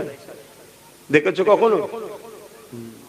যখন পেট খারাপ হয় ওকে আল্লাহ দেখুন অবলা তো কি জোর বুদ্ধি দিয়েছে আল্লাহ, এই পাতাটা খেলে ওর পেট খারাপ ভালো হয়ে যাবে, ওই জন্য তখন পাতা খায় ওষুধ হিসাবে। তাহলে কুকুর ঘাস পাতা যদি কোনদিন খায় জেনে নিতে হবে এর পেট খারাপ হয়েছে। ঠিক তেমনি আলেম উলামা মুফতি যখন জালিম নেতার সঙ্গে বসে কিছু ভিক্ষা নেবে, জানতে হবে এ জালিম উলাইয়া মুফতি মাওলানার ঈমান খারাপ হয়েছে। এটা মাথায় রেখে দিও, এটা জেনে লিও। যেখানে সেখানে হাত দিয়ে বসে যাওনি বাবা, আখেরি জামানা। ইসলামকে মিটাবার জন্যই মাদ্রাসা তৈরি করা হচ্ছে, তুমি জানো? বলো বলো, হ্যাঁ কি না বলবে তো। ব্রিটেনের মাটির তলায় খ্রিস্টানরা মাদ্রাসা করেছে কি জন্যে? মুসলমান হওয়ার জন্য? খ্রিস্টানদের বাচ্চাদের মৌলী সাহেব করে দিন শিখাবে বলে না, ইসলামকে মিটাবার জন্য তারা মাদ্রাসা করেছে। পৃথিবী বিখ্যাত বড় মাদ্রাসা করে ব্রিটেনের মাটির তলাতে জঙ্গলের ভেতরে করে বসে আছে। সেখান থেকে তারা তাদের সন্তানদের, অবৈধ সন্তানদেরকে বড় বড় হাদিস কোরআনের বড় বড় পণ্ডিত বানাচ্ছে। তাদেরকে মুসলিম অধ্যুষিত এলাকায় পাঠিয়ে দেওয়া হচ্ছে। তারা মুসলমানদের মধ্যে থেকে দাড়ি টুপি নামাজ রোজা সবকিছু দেবে, ঘুরিয়ে ফিরিয়ে রাসূলুল্লাহ শান মর্যাদাকে ছোট করে কাফের বানাবে। তোমার হোশ আছে কি প্ল্যান চলছে? তোমার আমার বাংলাতে, তোমার আমার দেশেতে অনেক মাদ্রাসা তৈরি করছে আরএসএস বিজেপিরা, তুমি জানো? এদিকে আমরা দেখছি তারা মাদ্রাসা ভাঙছে, আবার তৈরিও করছে। কি ব্যাপার? মাদ্রাসা ভাঙছে ওই মাদ্রাসা কোন যে মাদ্রাসায় আমেনা লালের শিক্ষা দেওয়া হয়, ওই মাদ্রাসা কোন তো এদের আবাদ হয় যে মাদ্রাসায় দেখানো হবে কোরআন হাদিস, কিন্তু তার ব্যাখ্যা মানে পড়ানো হবে তাদের মন গড়া। তোমার আমার খেয়াল আছে কি চলছে এখানে দুনিয়ায়? আমার কথা নিতে পারছো তো না? আবার আমার বিরুদ্ধে চলে যাচ্ছ। বোঝো বোঝো, গল্প বলছি নি আমি। এই যে ব্রিটেনের মাটির তলায় মাদ্রাসা, এ যদি প্রুফ চাও আমার কাছে প্রুফও আছে। কথা বুঝে আসছে? খেয়াল করে দেখো, বোঝো। একটা মাদ্রাসায় এরা বলছে জঙ্গি তৈরি হয়, আবার এরাই মাদ্রাসা খুলছে। তুমি জানো একটা কারণ, এই কারণ দেখাবে কোরআন, দেখাবে হাদিস, কিন্তু এর মন গড়া মানেটা ওদের মতো হবে, ওদের মতো মানে হবে, যে মানেটা কোন ইমাম মুস্তাহিদদের সঙ্গে মিলবে না। এবার তোমরা সাধারণ মানুষের কোন ধরার ক্ষমতা আছে? তাহলে কিভাবে আমাদেরকে শেষ করার প্ল্যান চলছে? আজকে ছেলেরা বাপরে বাপ সব ফেসবুক হুজুর ধরেছে, ফেসবুক হুজুর, ইউটিউব হুজুর ধরেছে। এই হুজুরটা বুঝলি বিরাট বড় হুজুর। এই হুজুরটা আরে পৃথিবীর বিরাট বিরাট জায়গা থেকে পড়ে এসছে। তুমি সাধারণ মানুষ কি বোঝো? হ্যাঁ, সেই হুজুরের ফ্যান ফলোয়ার্স হয়ে গেছো, হুজুর হুজুর করে পাগলা হয়ে যাচ্ছ। আর হুজুর অজ করতে করতে বলছে হযরতে মাওলা আলী নাউজুবিল্লাহ নামাজ পড়ার সময় সারা পান করে নামাজ পড়েছিল, সূরা ভুল পড়েছিল। এই শুনছেন? এই কথাটা মানলে ঈমান থাকবে? তো তোমার অনেক হুজুর শিখাচ্ছে না, শিখাইলে তুমি হুজুর হুজুর করে পাগল হচ্ছ। তোমার হুজুর ইউটিউবে বক্তব্য দিচ্ছে কি নবীরা সব ভিখারির বাচ্চা ছিল। এই কথা মানলে ঈমান থাকবে?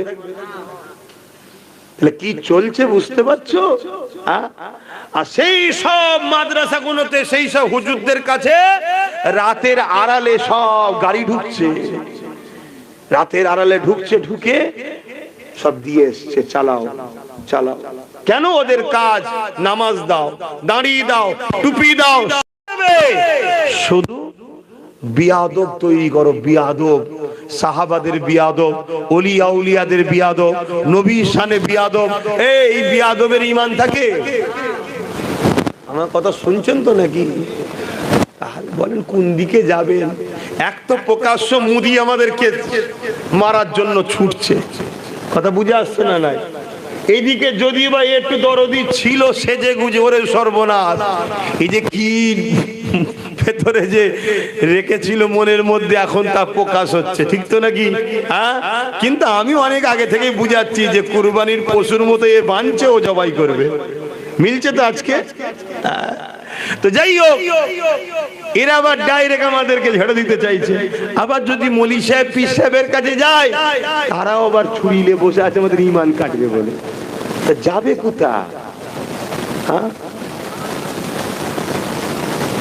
হাই আল্লাহ, এই জন্য নবী বলেছিলেন আখেরি জামানায় হাতের তালুতে আগুন রাখার থেকেও ঈমান বাঁচানো বড় কষ্টকর। এমনি নবী বলেছেন আখেরি জামানা হাতের তালুতে আগুন রাখার থেকেও ঈমান বাঁচানো বড় কষ্টকর। কি করে বাঁচবে? 41 দিন তাহাজ্জুদের নামাজ পড়ো, পরে দরুদ শরীফ পড়তে পড়তে আল্লাহর কাছে ফরিয়াদ করো, আল্লাহ আপনার হাবিবের দিদার নসিব করেন, আর আপনার হাবিব দ্বারা আমাকে জানিয়ে দেন যে আমি কার পিছনে থাকব। কথা বুঝে আসছে? আখেরি জামানা, তোমার দায়িত্ব, তোমাকে বাঁচতে হবে। এজন্য তো ইলম শিক্ষা করা ফরজ করেছিল। তবে বাংলার মানুষ জাবারার মুজাদ্দেদ দাদা হুজুরকে মজবুত করে ধরেন। বসিরহাটের বড় মাওলানা আল্লামা রুহুল আমিন সাহেবের কিতাব, মুফতি আজম মেজর হুজুর পীর কেবলার কিতাব, আল্লামা নিসারউদ্দিন সাহেব হুজুরের কিতাব, এগুলো সব বাংলায় বেরিয়েছে। একটু ঘরে রাখো, পড়ো। আখেরি জামানা, না হয় ধ্বংস হতে হবে। আখেরি জামানা, ঈমান বাঁচাও। শরীরে কোনো বিমার হলে ডাক্তার দেখাচ্ছ, সামান্য সুস্থ হবার জন্য, ঈমানটা বাঁচাবার জন্য চেষ্টা করবে না? একটু বুঝার চেষ্টা করো। তো যাক, এলোমেলো ভাবে কিছু কথা বললাম, কেউ কষ্ট পেলেন না তো? আসুন একটু সালাত ও সালাম দিই। ইয়া নবী সালাম।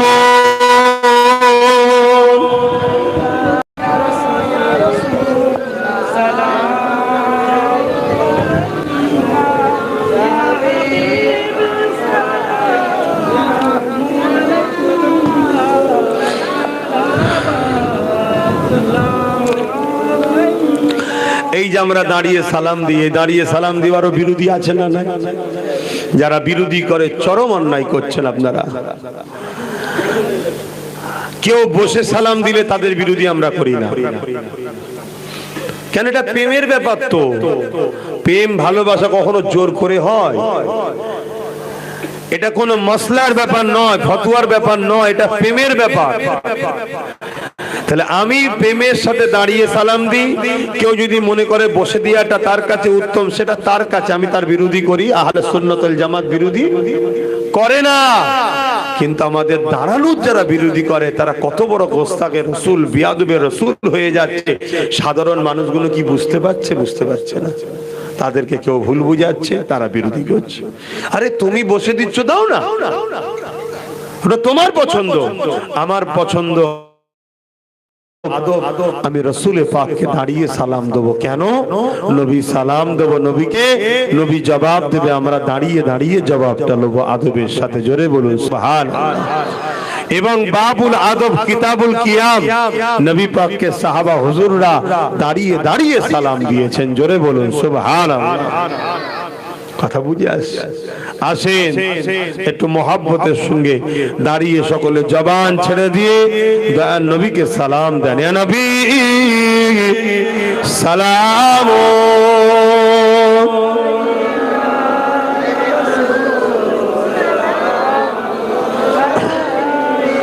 ইয়া হাবিব সালাম, সালাম।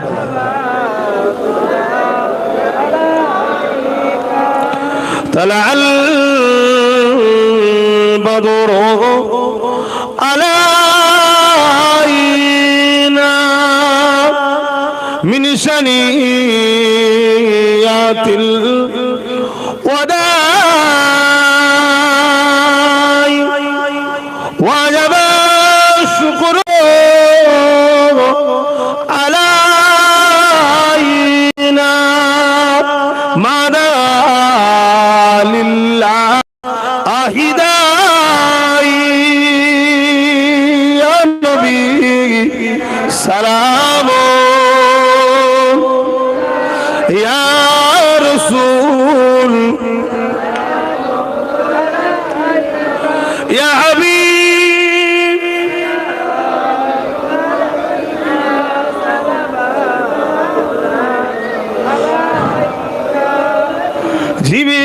জিবরাইল দিলে এই যে আওয়াজ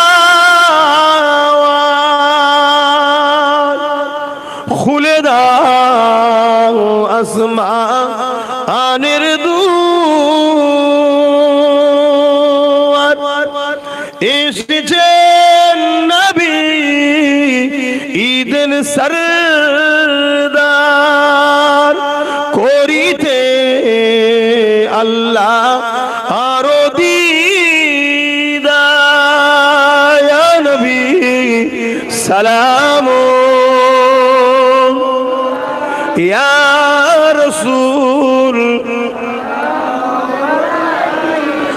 ইয়া হাবিব সালাম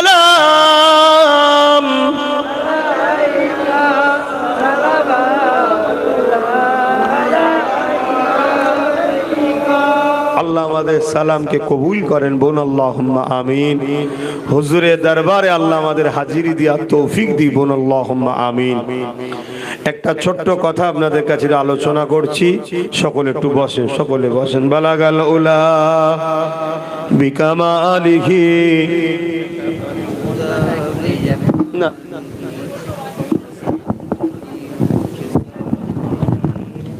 ওকে বল আল্লাহুম্মা সাল্লি আলা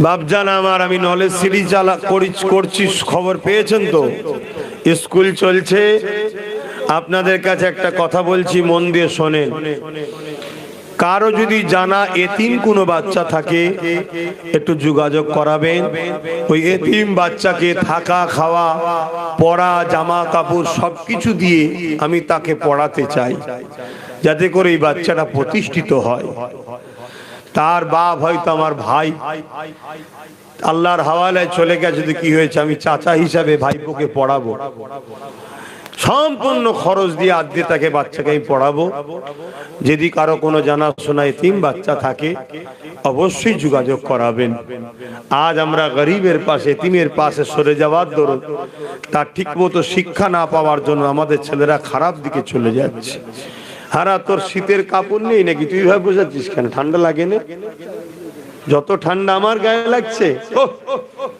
কি ঠান্ডা লাগছে বাবারে তোর কি দরকার এনারা তো দোকান টোকানতে ভালো নিচ্ছে আমার দোকানদারের কাছে তো ভাইরা আমার আর একটা কথা বলে যাচ্ছি আমি প্রায় জায়গায় কথাটা বলছি এখানেও বলছি কেন সব জায়গায় তো মা বোনরা যায় না তাদেরও জানা দরকার ঠিক তো নাকি আমার নামে অনেক মিথ্যাচার হচ্ছে আমার ফটোকে অনেক এআই করা হচ্ছে আমার ওয়াজকে অনেক এডিট করা হচ্ছে 30 সেকেন্ডের বক্তব্য 50 সেকেন্ডের বক্তব্য 1 মিনিটের বক্তব্য ছেড়ে সমাজের কাছে একটা আমাকে খারাপ করার প্ল্যান চলছে কারা করছে জালিমরা অত্যাচারীরা মুনাফিকরা করছে যেমন একটা বক্তব্য সামান্য ছোট্ট করে কেটেছে আব্বাস সিদ্দিকী বলছে টিএমসি কে ভোট দিলে ঈমান চলে যাবে শুনেছেন আপনারা তাহলে ওইটুকু তো বক্তব্য আমার নয় আমি এর আগেও বলেছি পরেও বলেছি পুরোটা দেয়া দরকার তো নাকি পুরোটা দেয়নি কেন পুরোটা দিলে সবাই জেনে যাবে সত্যি টিএমসি কে ভোট দিলে ঈমান চলে যাবে ওই জন্য পুরোটা দেয়নি এবং পুরোটা দিলে আব্বাস সিদ্দিকীকে বদনাম করা যাবে না এজন্য শুধু ওইটুকু কেটেছে কেটে ছড়াচ্ছে আমি বিষয়টা একটু খোলাসা আপনাদের কাছে করতে চাইছি করার অধিকার আছে তো নাকি কেন আমার নবীর উম্মতকে আমি তো বলবো মদ খেও না চুরি করো না চোরের সাথ দিও না মাতালের সাথ দিও না এটা বলবো না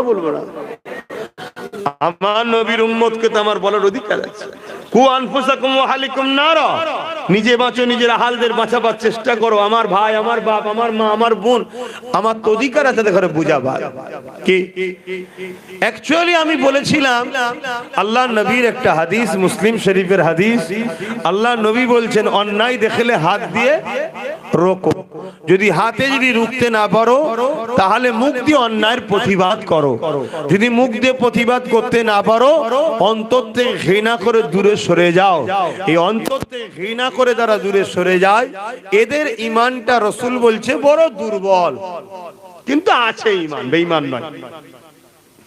অর্থাৎ অন্যায় দেখলো হাত দিয়ে রোকো, যদি এই গুণ না থাকে মুখ দিয়ে প্রতিবাদ করো, যদি এই গুণ না থাকে অন্তর থেকে ঘৃণা করে দূরে সরে যায়। তিনটে গুণের মধ্যে কোনোটা যদি না থাকে তার মধ্যে ঈমান নেই।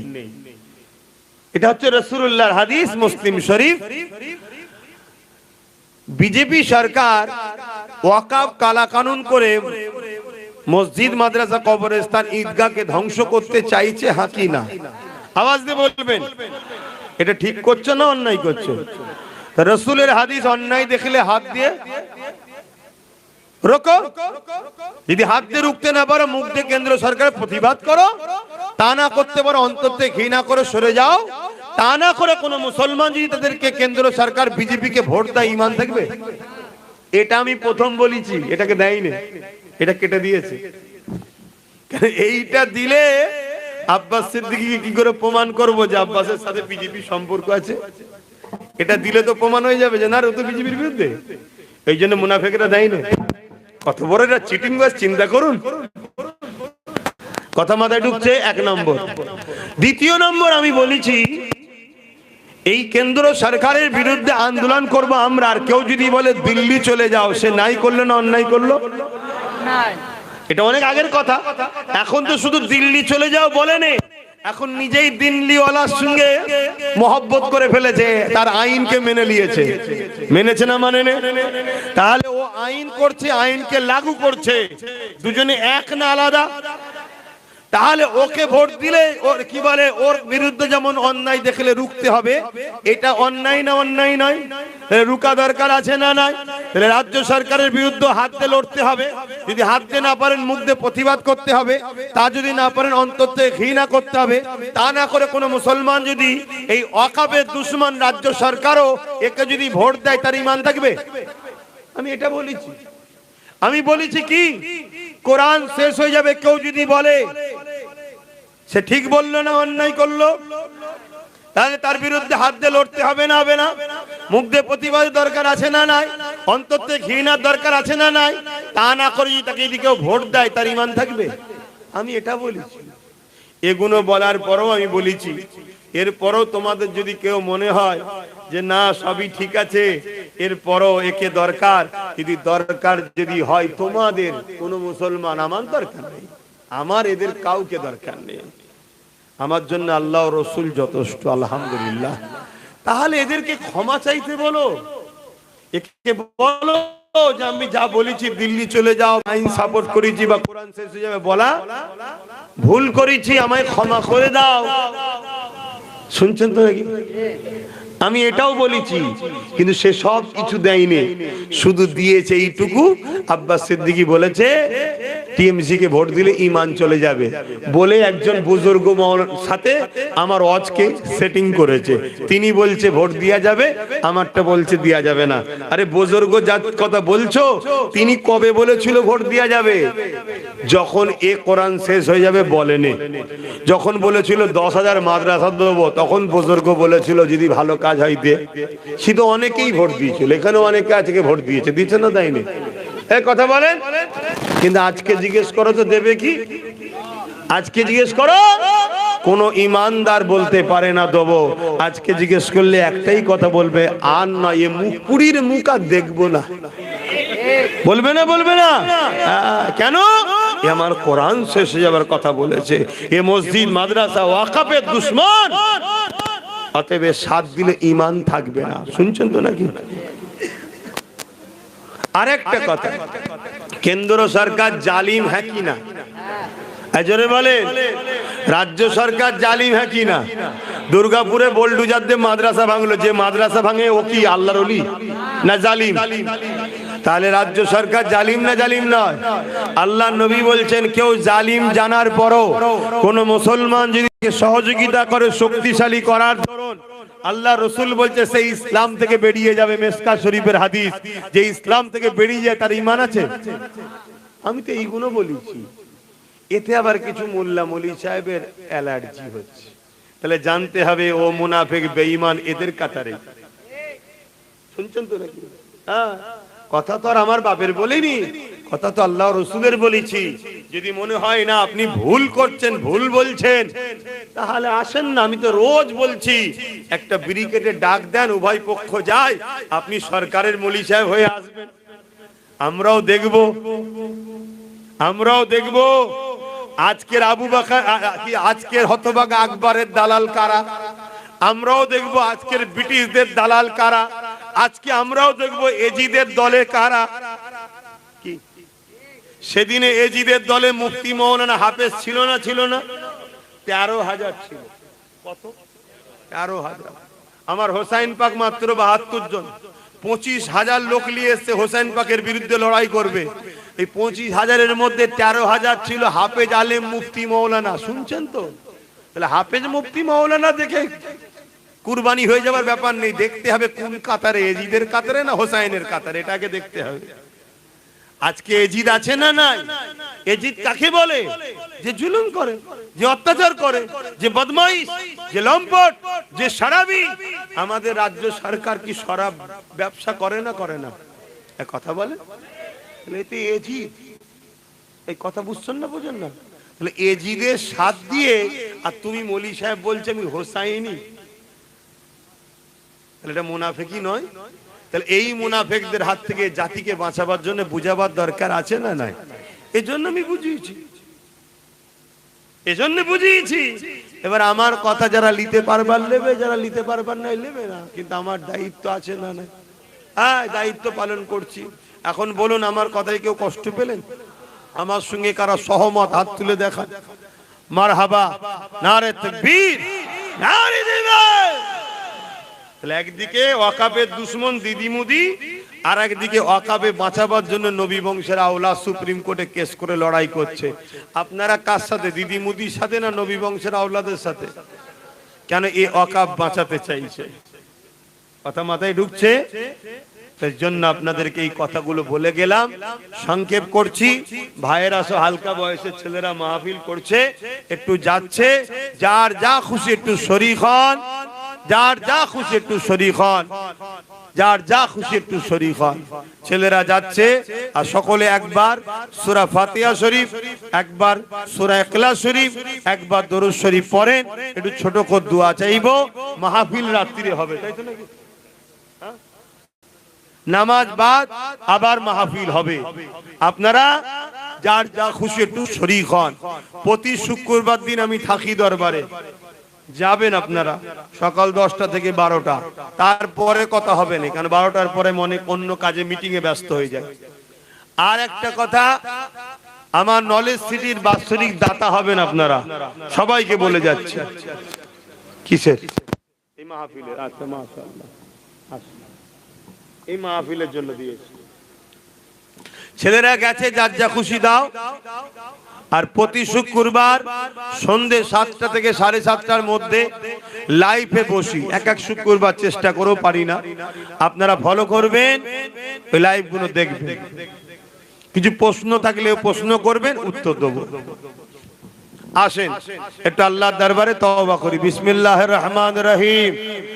আল্লাহ তাআলা, আমি জানা অজানা, ইচ্ছা ও ইচ্ছা সকল গুনাহ হইতে তওবা করিতেছি। আস্তাগফিরুল্লাহ রাব্বি মিন কুল্লি যামবি ওয়া আতুবু ইলাইহি। আশহাদু আল্লা ইলাহা ইল্লাল্লাহু ওয়াহদাহু লা শারীকা লাহু ওয়া আশহাদু আন্না মুহাম্মাদান আবদুহু ওয়া রাসূলুহু। লা ইলাহা ইল্লাল্লাহ মুহাম্মদ রাসূলুল্লাহ সাল্লাল্লাহু আলাইহি ওয়াসাল্লাম। 5 ওয়াক্ত নামাজ পড়বেন, একমা রোজা রাখবেন, বাপ মার খেদমত করবেন, হালাল খাবেন, হারাম থেকে দূরে থাকবেন, বড়দের সম্মান, ছোটদের স্নেহ করবেন। মনে রাখবেন, আপনারা যে এই এক হচ্ছেন না, এই খবরটাও জালিমদের কাছে আছে না নাই? আপনাদের এই একটাকে টুকরো করার জন্য জালিমরাই দেখা যাবে তাদেরই দলেরই সুরাতে সকলে হয়তো মুসলমান, তাদেরই লোক, তাকে হয়তো আমাদের সামনে পাঠিয়ে দিয়ে মুসলমানকে টুকরো করার প্ল্যান করবে, নতুন কিছু দল খুলিয়ে দেবে, দিয়ে আবার টুকরো টুকরো করে দেবে। এই পরিকল্পনা হলেও হতে পারে। শুনছেন তো নাকি? একটু সাবধান থাকবেন, কেন আল্লাহ নবী বলেছে পাহাড় সরে গেছে বিশ্বাস করো, মানুষ পরিবর্তন হয়েছে সহজে বিশ্বাস করো না। আজকে হঠাৎ করে কেউ মুসলমান হয়েছে, ভালো কথা, আমার দলে এসেছে, ইসলাম কবুল করেছে, ভালো কথা, কিন্তু সঙ্গে সঙ্গেই তাকে বলবেন ইমামতি করো। এই এর চেয়ে বড় বোকামি আর কিছু আছে নাকি? তাকে দেখতে হবে না, চিনতে হবে না, বুঝতে হবে না। নীরবে 10 বছর ধরে জালিমের জুলুমকে সহ্য করলে, নীরবে 10 বছর ধরে মুসলমানের ক্ষতিকে দেখলে, নীরবে 10 বছর ধরে সমাজের বুকে মুসলমানদেরকে ক্ষতি হচ্ছে সব দেখলে, নীরবে তুমি এমন করে ইসলামের বিরোধী জায়গা গায়রুল্লাহর অনুষ্ঠানে তুমি সেখানে পার্টিসিপেট করলে, হঠাৎ করে আজকে তুমি বললে আমি ইসলাম কবুল করেছি, আমাকে ইমামতি দাও, এই মেনে লিয়া যায়? তাকে দেখতে হবে। এসেছেন আলহামদুলিল্লাহ, ভালো কথা, এসেছেন আলহামদুলিল্লাহ, ভালো কথা, ওয়েলকাম জানাই। পরিবর্তন মানুষ হওয়া তো ভালো, ভুল হতেই পারে, পরিবর্তন যে হবে তাকে ওয়েলকাম জানানো দরকার আছে না নাই? কিন্তু আবেগে ভেসুনি মুসলমান, খুব কঠিন জায়গায় তোমরা এসে পৌঁছেছো, আবেগে ভেসুনি। কথা বুঝে আসছে? একটু সাবধানে চলো, এতটুকু বলবো। কেন অনেকের নওশাদের কামিয়াবিটা অনেকের পছন্দ হচ্ছে না। আজকে ওর পিছনে মুসলিম, আদিবাসী, দলিত, মতুয়া, সর্ব ধর্মের অসহায় গরিব মানুষ যেভাবে ওর পিছনে সংঘবদ্ধ হচ্ছে, যেভাবে ও সব জায়গায় শক্তিশালী গড়ে উঠছে, এটা সবার পছন্দ হচ্ছে না। অতএব শাসক তো দেখছে, বা আরো অনেকে দেখছে, যখন মুসলমান আমার থেকে বেরিয়েই চলে যাচ্ছে, রুখতে যখন পাচ্ছি না, আরে আমারই ভাইকে বলবো যা তুই আমাকে একটু গাল দিস, দিকে যা, কিন্তু তুই নওশাদের কাছে না যাই, তুই ধরেলে, এরমও পরিকল্পনা হতে পারে না? পারে না। অতএব কাউকে ভাবার আগে একটু যাচাই করতে হবে। আমার বক্তব্য এই জায়গায়, এত তাড়াতাড়ি কাউকে বিরোধীরও দরকার নেই, বিশ্বাসেরও দরকার নেই, একটুখানি ভাবা দরকার। কেউ পরিবর্তন হলে তার বিরোধী করারও দরকার নেই, আর গলায় গলায় নিয়ে হই হই করারও একটু দেখা দরকার আছে না নাই? একটু ভেবে চিনতে চলো। কেন মুসলমান আমাদেরকে সবাই ক্ষতি করতে চাইছে। আর মনে রেখে দিও, যেদিন সংখ্যা কম ছিলাম সেদিন আমাদের বিজয় ছিল ঘন ঘন, আজকে সংখ্যা বেড়েছে, বিজয় আমাদের আর আসছে না। কেন? আমার জাতের মধ্যেই গাদ্দার আছে। একটু সাবধানে থেকো। আল্লাহুম্মা আমিন। আল্লাহ, আখরি দোয়া হবে, জলসা হবে, এসেছি মুসাফির হালে, এতটুকু দোয়া চাইছি, আল্লাহ আমাদের ঈমান ইজ্জত হিফাজত করেন, জান মাল হিফাজত করেন, জালিম হুকুমাতদের ধ্বংস করেন, আমার দেশ ও রাজ্যকে হিফাজত করেন, বিশ্ব মানবতাকে হিফাজত করেন, আমার দেশের সর্বধর্মের মানুষকে নিরাপদে ভালো রাখেন, আমার দেশের সেনাবাহিনী, পুলিশ বাহিনী, বিএসএফ বাহিনী তাদেরকে সুস্থ ভালো রাখেন, নিরপেক্ষ রাখেন, আমার দেশের হিন্দু, আদিবাসী, দলিত, সাঁওতাল, বাগদি, মতুয়া তাদেরকেও সুস্থ রাখেন, ভালো রাখেন, সবাইকে ভাইচারা মানব বন্ধনে রাখেন। খাস করে আমার নলেজ সিটিকে কবুল করেন, আমার ভাই নওশাদকে মানুষের জন্য, দেশের জন্য রাজ ক্ষমতা দান করেন। আয় আল্লাহ, যারা হক আলেম উলামা আছে, ইমাম মুস্তাহিদ আছেন, আল্লাহ সকলের মধ্যে সকলের মধ্যে মিলে মিশে দ্বীনের পক্ষে ঢাল হয়ে দাঁড়াবার তৌফিক দান করেন। আল্লাহ ওয়াকাফকে হিফাজত করেন, ওয়াকাফের দুশমনদেরকে ধ্বংস করে দেন। আল্লাহ, আয় আল্লাহ মাহফিলকে কবুল করেন, যারা দান করেছে কবুল করেন, জলসা কমিটিকে কবুল করেন। হাসবুনাল্লাহু ওয়া নি'মাল ওয়াকিল, নি'মাল মাওলা নি'মান নাসির। আল্লাহ, আপনি আমার জন্য যথেষ্ট, আমি আপনার ভরসায় ঘুরে বেড়াই। আয় আল্লাহ, আমার মা বাবা, ভাই বোন, স্ত্রী, বাচ্চা সকলের নসিব বড় করবেন, নেক হায়াত দারাজ করবেন, আপনার পাগল, আপনার হাবিবের পাগল বানাবেন। এই গ্রামে প্রতিটা বাড়িতে রহমত দিন, শান্তি দিন, আমার মা বোনদের সংসারে শান্তি দিন। আয় আল্লাহ, আখিরি দোয়া হবে, আমাদের প্রত্যেকের মনের আশাকে কবুল করেন। আমিন আমিন সুম্মা আমিন। বারহাক কালমাতে লা ইলাহা ইল্লাল্লাহু মুহাম্মাদুর রাসূলুল্লাহ সাল্লাল্লাহু আলাইহি ওয়াসাল্লাম। আপনারা আমাকে সালাম দেন। ওয়া আলাইকুম আসসালাম ওয়া রাহমাতুল্লাহি ওয়া বারাকাতুহু। আমি সালাম দিচ্ছি, উত্তর দেবেন। আসসালামু আলাইকুম।